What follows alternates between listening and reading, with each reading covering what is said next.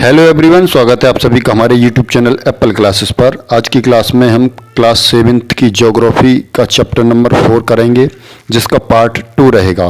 Part 1 हम पहले ही upload कर चुके हैं। अगर आपने अभी तक नहीं देखा है तो उसका लिंक वीडियो के डिस्क्रिप्शन बॉक्स में मिल जाएगा, जहाँ से आप उस पार्ट को देख सकते हैं। तो चलिए देख लेते हैं आज की क्लास में हमें क्या क्या पढ़ना है। तो बेसिकली आज की पार्ट में हमें इतने सारे टॉपिक्स पर डिस्कस करना है। पहला पॉइंट है वायुमंडल की संरचना। और वायुमंडल की संरचना में जितने भी बिंदु हैं, जैसे क्षोभ मंडल, समताप मंडल, मध्य मंडल, वाहमंडल और वाहिर मंडल, इन सभी पॉइंट्स पर एक एक करके हम डिस्कस करेंगे। चलिए शुरू करते हैं आज की क्लास को। तो वायुमंडल की संरचना, स्ट्रक्चर ऑफ एटमॉस्फेयर। वायुमंडल हमारा जो है वो 5 परतों में डिवाइडेड है, जो पृथ्वी की सतह से आरंभ होती हैं। मान लीजिए ये हमारी पृथ्वी की सतह है और यहाँ से ऊपर की तरफ हमने अपने वायुमंडल को 5 परतों में डिवाइड किया है। पहली परत जो है आप यहाँ पर देख भी सकते हैं, वो है क्षोभ मंडल, और दूसरी परत है वो है समताप मंडल। यहाँ से यहाँ तक की जो परत है वो समताप मंडल है। इसके बाद जो अगली परत आती है ये है मध्य मंडल, क्योंकि ये मध्य में पड़ती है इसलिए इसका नाम मध्य मंडल भी है। और इसके बाद आता है वायुमंडल्स, वो यहाँ से यहाँ तक है। और इसके बाद जो है आता है वायुमंडल, यानी ऊपर वाला मंडल को हम वायुमंडल कहते हैं। तो सबसे ऊपर वाला जो मंडल होता है वो वायुमंडल होता है। तो इस तरह से 5 मंडलों में हमने अपने वायुमंडल को बांट रखा है। तो चलिए इन सभी पॉइंट्स को एक एक करके देख लेते हैं। चलिए क्षोभ मंडल के बारे में जानते हैं। वायुमंडल की संरचना में क्षोभ मंडल का क्या महत्व है। तो यह परत वायुमंडल की सबसे महत्वपूर्ण परत है और इसकी ऊंचाई 13 किलोमीटर तक होती है। ध्रुवों पर इसकी मोटाई कम होती है, क्योंकि वहाँ पर हमारी पृथ्वी थोड़ी चपटी अवस्था में रहती है। वहाँ पर ये 8 किलोमीटर तक भी हो सकती है, लेकिन इसकी औसत ऊंचाई जो है 13 किलोमीटर तक पाई जाती है। इस मंडल में मौजूद जो वायु होती है, उस वायु में हम सांस लेते हैं।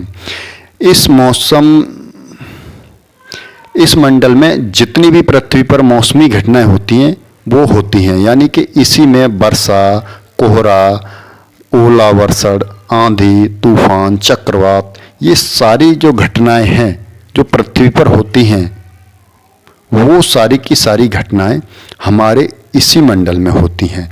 यानी कि जो 0 से शुरू होता है और लगभग 13 किलोमीटर की दूरी तक जाता है। और इससे ऊपर जो आता है उसे कहते हैं हम क्षोभ सीमा।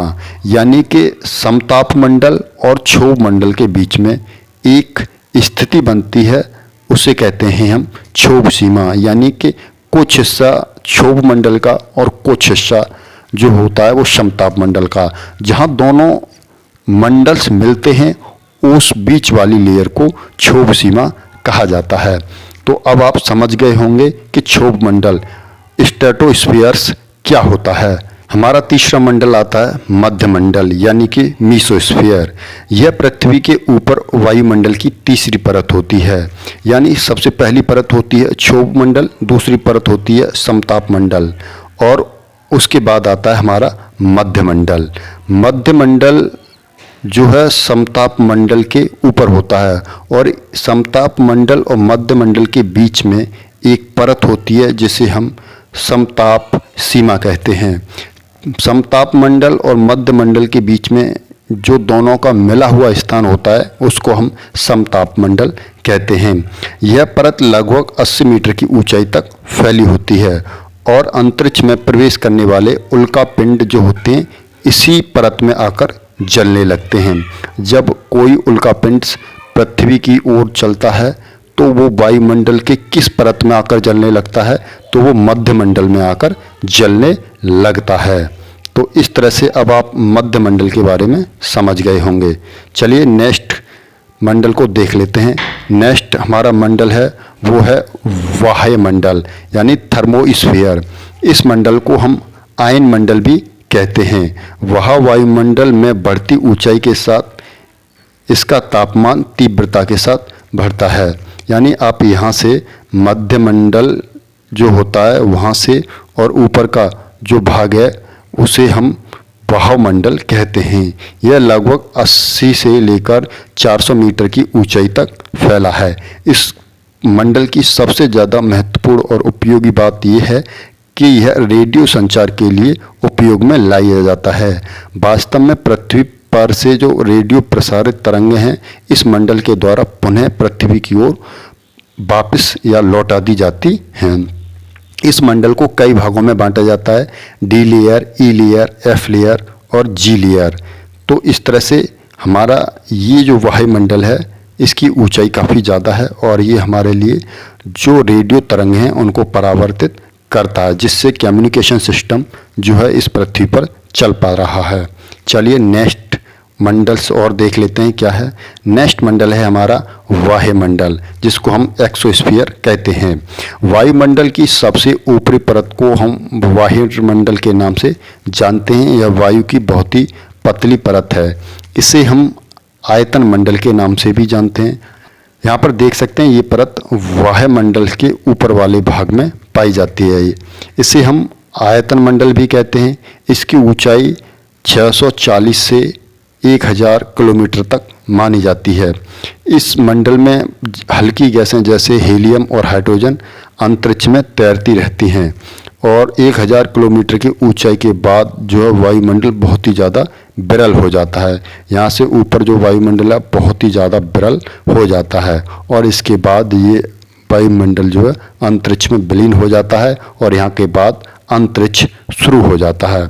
इस तरह से हमने देखा वायुमंडल का संगठन, वायुमंडल में कौन कौन सी गैसें पाई जाती हैं और कितनी कितनी प्रतिशत में पाई जाती हैं, और उसके बाद हमने वायुमंडल को कितने भागों में डिवाइड किया, उसके हमने सभी भागों को देखा और उनमें वायुमंडल की परतें होती हैं। सभी परतों के बारे में हमने एक एक करके अध्ययन किया। आई होप कि अब आपको समझ में आ गया होगा कि वायुमंडल क्या है और वायुमंडल में कौन कौन सी परतें पाई जाती हैं।